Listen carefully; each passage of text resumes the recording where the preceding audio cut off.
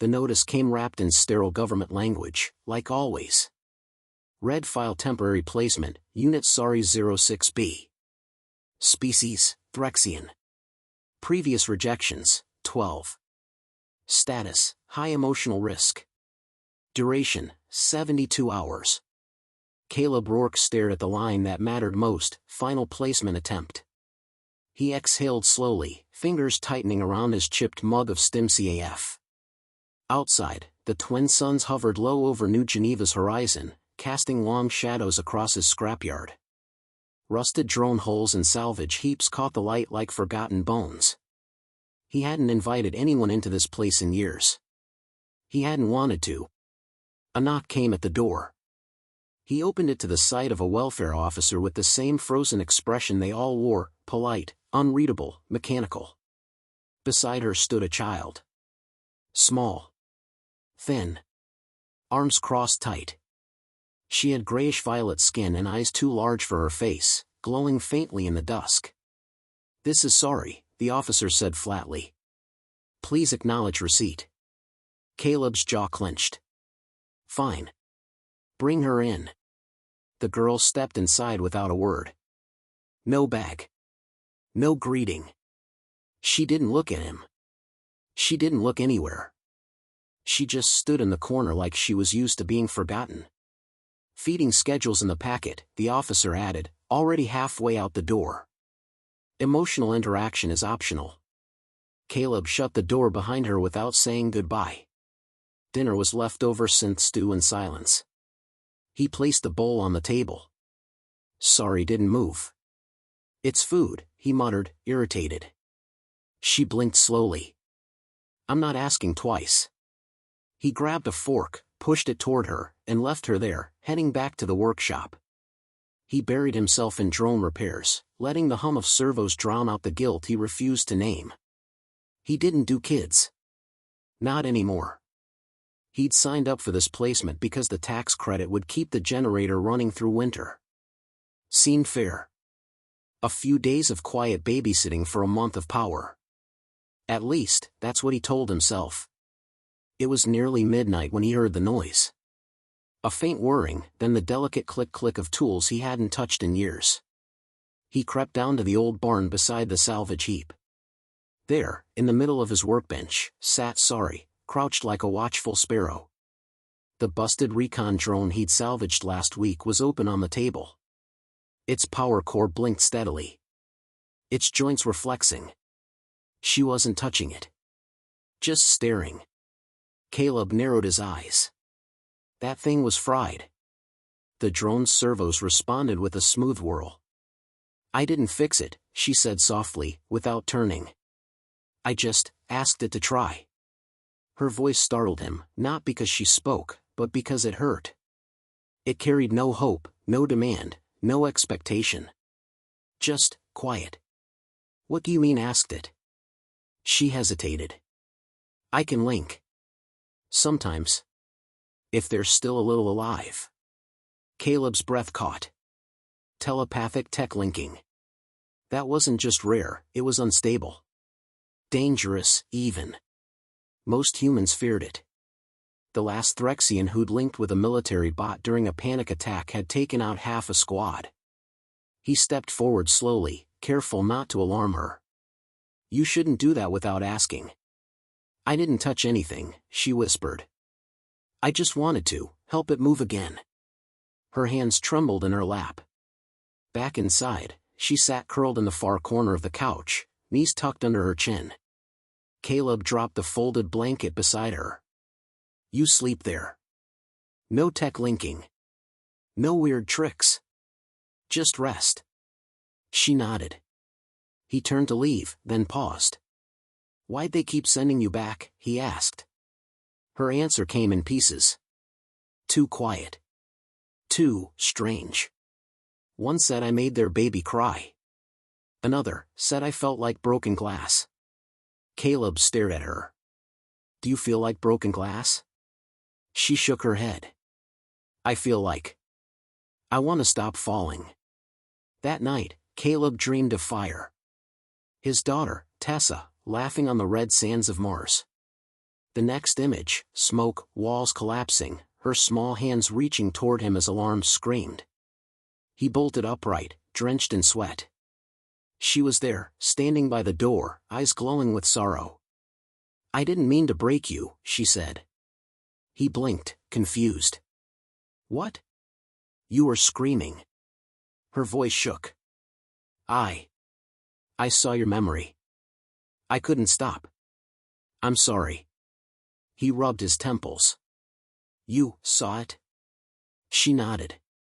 "I don't know how to block it all the way. I try. But sometimes, the pain leaks through." He should have called the program that moment. Reported the breach. A red file child violating mental privacy was grounds for immediate return. Instead, he stood and walked past her into the kitchen. He poured 2 mugs of stim CAF. Brought one back to her. She took it, hands cupped carefully around the warmth like it might vanish. "I'm not good at this," he said after a long silence. "Me either," she replied. The next morning, he found her outside in the junkyard, stacking scrap metal into rough shapes. Circles. Dots. Lines. "What are you doing?" "It's my language. Threxian symbols. I wanted to say thank you." He frowned. "For what?" She turned, meeting his gaze. "For not sending me away the moment I made you remember." He didn't have a response. Instead, he went back inside and opened the welfare packet. He stared at the final line, 72 hours. No extensions. After this, core sector relocation. He looked back out the window, saw her kneeling in the dust, building a message only she understood. And against every instinct he had, Caleb Rourke felt the sharp, aching weight of something he hadn't carried in years. Hope. Caleb didn't hear the knock. He felt it, deep, hard, final, like a judge's gavel. He opened the door to find Director Havexmar standing stiffly on his porch, flanked by a black and gray skimmer transport. Her hair was coiled tight above a sharp, disapproving face. No smile. No warmth. Just a datapad and an already written judgment. "Mr. Rourke," she said, stepping inside without waiting. "We have a situation." Caleb closed the door behind her, slow and deliberate. "You didn't even ask if I had coffee." "I don't drink coffee." "Of course you don't." She glanced around, eyes scanning the cluttered shelves of scrap parts, half-assembled drone limbs, and the warm, humming generator in the corner. "You've modified the heating system illegally." "I fixed it." "There's a difference." Her gaze landed on Sari, who stood barefoot by the window, watching birds flutter through the scrapyard. Mar's jaw tightened. "She linked to you," she said flatly. Caleb said nothing. "She accessed restricted emotional content. Personal memories. This violates Interspecies Safety Clause 19C. You make her sound like a weapon. She is a weapon. Or at least, she could become one. You've read her red file, haven't you?" "I read enough," he said. Mar stepped closer. "Then you know how this ends." "It's always the same. First, a small link. Then a panic. Then destruction. Her kind doesn't understand human thresholds." Sari turned toward them, silent, but her fingers were twitching at her sides. "She's right here," Caleb said sharply. "You don't talk about someone like they're a malfunctioning circuit." Mar lowered her voice. "I'm placing her under recall order. The department will retrieve her at 1800 hours. I suggest you don't make this harder than it needs to be." Caleb folded his arms. "You suggesting I can't keep her?" "I'm saying you're unfit. You're emotionally unstable, and she's psychically unstable. That's not a home, Mr. Rourke. That's a spark beside a fuel leak." He let out a dry laugh. "You think I don't know what unstable looks like? Lady, I've lived unstable." After she left, Caleb stood in the silence like it was a verdict. Sari had returned to her corner, but something had changed in her posture. She wasn't folded inwards anymore. She stood upright, quiet, and watching. You heard all that? He asked. She nodded. You ever link without meaning to before? Once. With a teacher. After that, they stopped speaking to me. Caleb leaned against the counter. You saw Tessa? My daughter. Sorry, looked down. I didn't want to. But your pain, it was loud. He closed his eyes. Yeah. It is. That night, Caleb couldn't sleep. Instead, he opened the red file again. The language was sterile. Subject exhibits unstable emotional projections, involuntary psychic leakage, and systemic rejection by host families. Final recommendation: permanent reassignment to core sector labor programs. There were no photos. No drawings. No indication she liked to arrange scrap into her native alphabet or whisper to machines to coax them awake. Just labels. Problems. Numbers. He found something new, a sealed audio transcript. He played it. I try to be quiet. I try to not feel so much. But sometimes I forget how to hide. And people don't want what they can feel too deeply. Her voice. Younger. Fractured. He shut the file. In the morning, she was already outside, placing small stones in a spiral around a broken solar panel. Trying to fix it? He asked. No, she replied. Trying to thank it. He raised a brow. For what? For not giving up on the sun, even when it's cracked. Caleb said nothing. He sat beside her and let the silence settle. Why do you keep me here? She asked quietly. He answered truthfully. Because no one else did. Later that afternoon, he stormed into the welfare office. The receptionist's smile faltered when she saw him. I want to speak with Havexmore. She's in a closed meeting, sir. I'll wait. She didn't argue. 10 minutes later, Mar emerged, clearly annoyed. You have less than 3 hours, Mr. Rourke. What could possibly be urgent? I'm not giving her back. Her eyes narrowed. That's not up to you.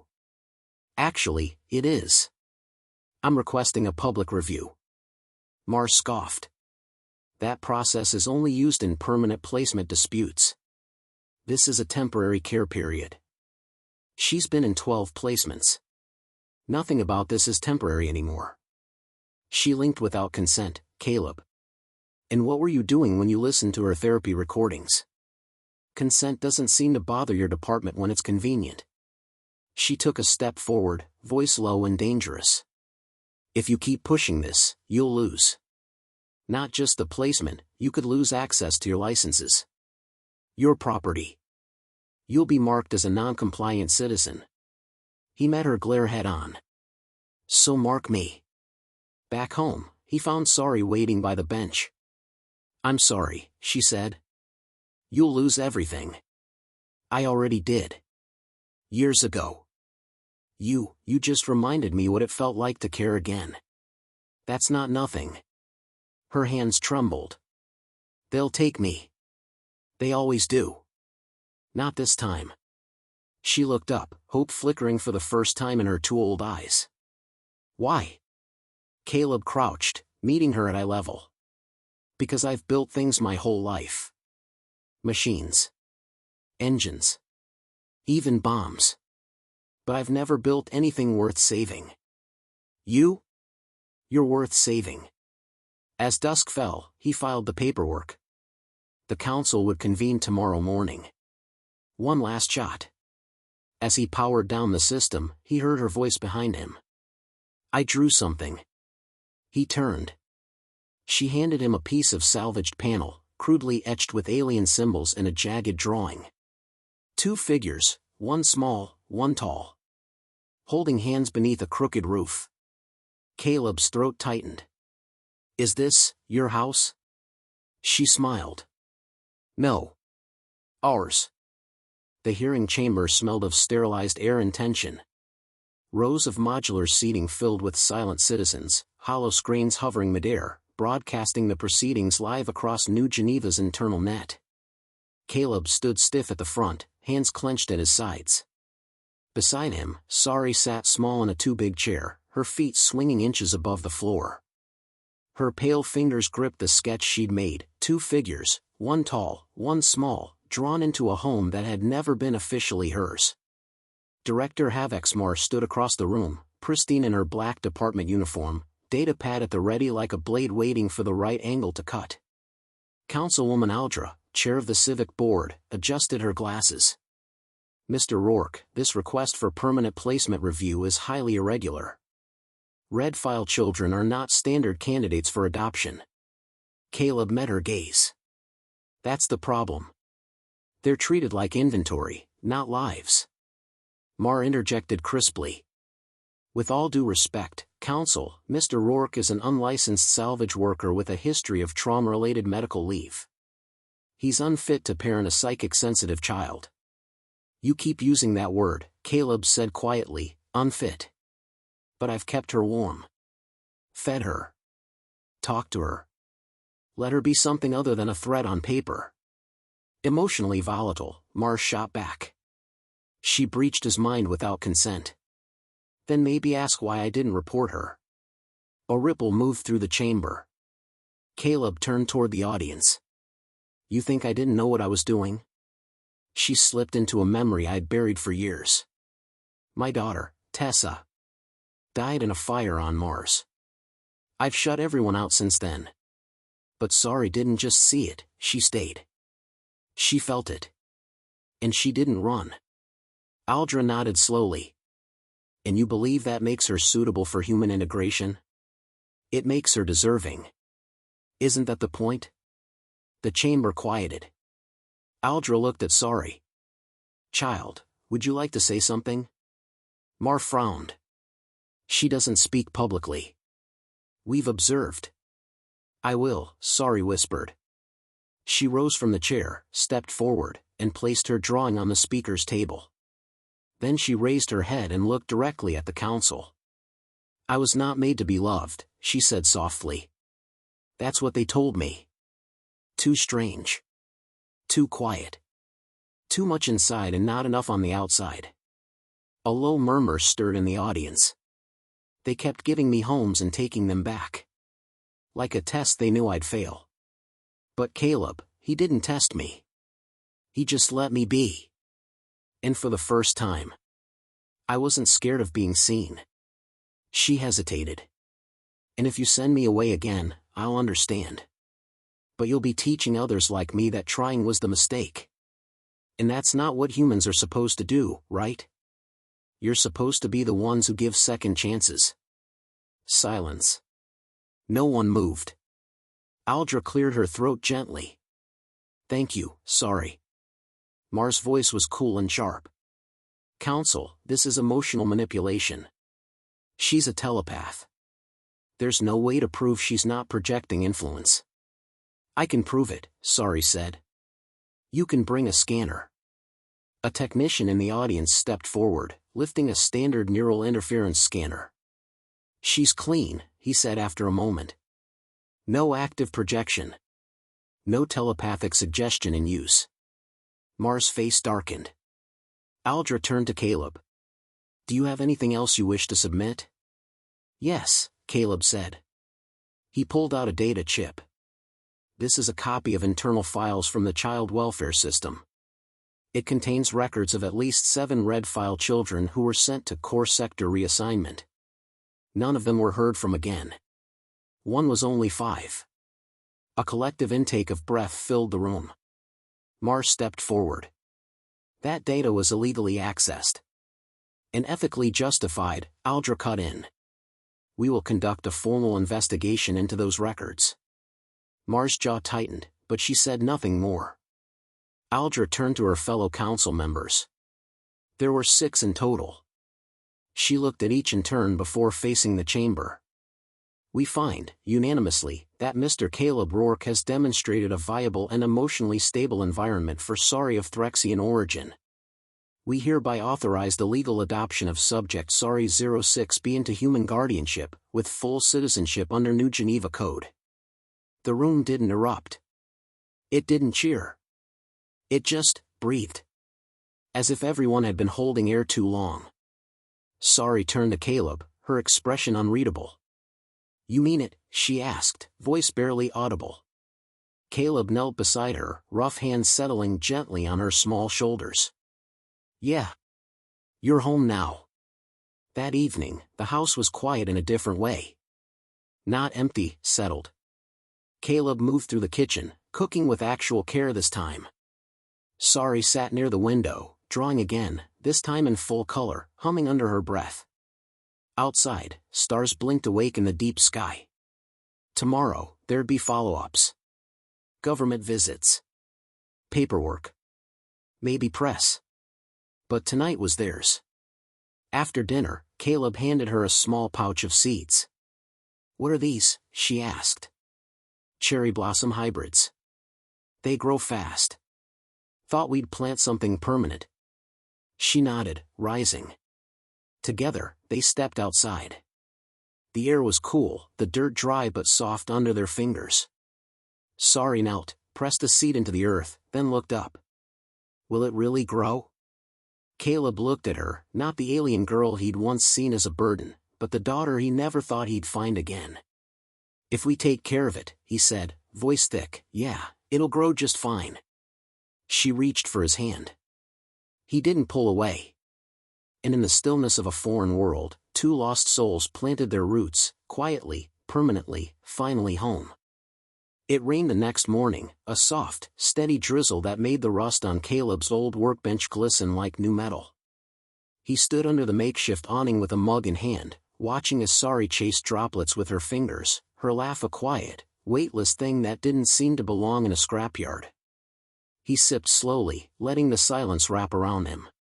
It had taken time, but it was finally the good kind of quiet. From the corner of his eye, he saw her crouch near the base of the young cherry blossom tree they had planted. The first fragile sprout had broken the soil. Just a thin, green stem, but it stood straight, defiant against the weather. Look, she called, waving him over.